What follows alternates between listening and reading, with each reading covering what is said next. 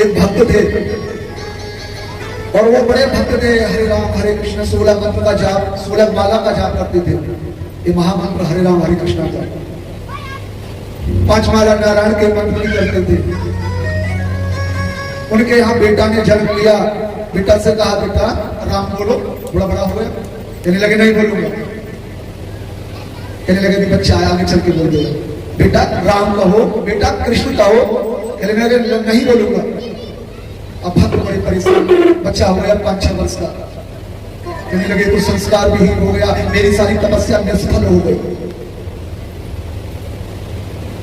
गुरुजी के पास गया ये भक्त, ध्यान दो, गुरुजी को प्रणाम किया। गुरुजी से कहा गुरुजी बेटा ना राम बोलता है ना कृष्ण बोलता है, गुरुजी कहता है मैं नहीं बोलूंगा।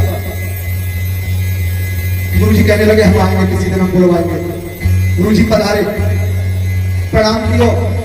कहने लगे बेटा राम बोलो, बोले नहीं बोलूंगा। बेटा राम बोलो, बिल्कुल नहीं बोलूंगा। बेटा कृष्ण बोलो, बिल्कुल नहीं बोलूंगा। बेटा राम बोलो, मैं बिल्कुल राम नहीं बोलूंगा। गुरुजी कहने लगे बोल तो दिया, बोल तो दिया, पर बेटा एक बात बताता हूं, तू बिल्कुल मत बोलना। और एक बात ध्यान रखना, मर करके जब जाए ना, तुझे जिसको डेफिनेट है तुझे नरक आदि योनि प्राप्त होगी। परंतु यमराज से कहना मैंने एक बार राम बोला, पहले मुझे उसका फल दीजिए। पहले राम बोलने का फल दीजिए, मैंने एक बार बोला जीवन में, बस इतना ध्यान रखना। गुरुजी चले गए अपने घर। समय आने पर उसकी मृत्यु हुई, यमराज ले गए। और चित्रगुप्त महाराज जी तो लेखा जोखा करते हैं, कहने लगे अरे भाई इसने तो कभी कृष्ण नहीं बोला, कभी जय सिया राम नहीं बोला, कभी राम नहीं बोला, कभी गोविंद भी नहीं बोला। ये तो बड़ा दुराचारी है, नरक आदि योनि में डाल दो, भिष्टा की योनि में डाल दो, सड़ने दो इसे हजारों बरस तक। कहने लगा नहीं चित्रगुप्त जी थोड़ा संभाल करके देखिए, मैंने एक बार राम बोला है, अपने बही खाता थोड़ा संभाल करके खोलिए। अब चित्रगुप्त जी ने फिर बही खाता खोलना प्रारंभ किया, कहीं कोई शब्द नहीं मिला। और चित्रगुप्त जी को एक प्रश्न पर एक बार राम शब्द अंकित दिखाई दिया। कहने लगे चित्रगुप्त जी वो तो तुमने हठपूर्वक बोला था, तुमने कोई हठपूर्वक बोला था।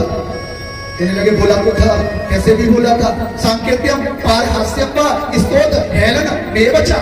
ध्यान दो, संकेत में, हास्य में, परिहास में, उपहास में एक प्रकारेण किसी भी प्रकार से नामोच्चारण किया जाए वो हमें फलदायक होता है। अग्नि को चाहे जान के पकड़ो, ध्यान दो, अग्नि को चाहे अनजान में पकड़ो, अग्नि जलाएगी, वो ये नहीं कहेगी कि मुझे तुमने जान करके पकड़ा कि अनजान करके पकड़ा। नाम का फल हमें अवश्य मिलेगा।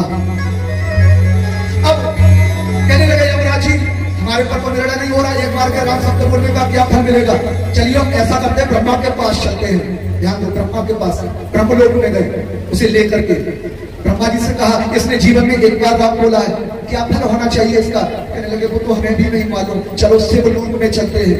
अब देखो कितनी यात्रा कर रहा है, ब्रह्मलोक से शिवलोक पहुंचा, शिव जी के पास गए, ब्रह्मा जी लेकर के कहने लगे इसलिए एक बार राम बोला महाराज क्या फल होना चाहिए। और शिव जी कहने लगे हम भी नहीं जानते, हम तो केवल राम राम जपते हैं, जानते कुछ भी नहीं है, क्या फल होगा। चलो वहीं चलते हैं साकेत धाम, आज बैकुंठ में साकेत धाम। ब्रह्मा जी ने नारायण को प्रणाम किया, आसन दिया, सब लोग बैठे। नारायण से कहा नारायण एक यमलोक में एक दुष्ट आया है और उस दुष्ट ने केवल एक बार राम बोला है, क्या फल होना चाहिए। नारायण ने कहा उसे लेकर के आओ मेरे पास। बुलाया, उसके लिए अपनी गोदी में बैठाया और कहने लगे तुम अपने अपने घर जाओ। ब्रह्मा जी कहने लगे फल बताइए, शिव जी कहने लगे फल बताइए। कहने लगे अब भी नहीं दिखाई दे रहा, मैं साक्षात मेरी गोदी में बैठा है। नारायण की गोदी में एक बार राम बोलने से नारायण की गोदी में बैठने का अवसर प्राप्त हो गया। कितना नाम का फल है, ध्यान कर लो।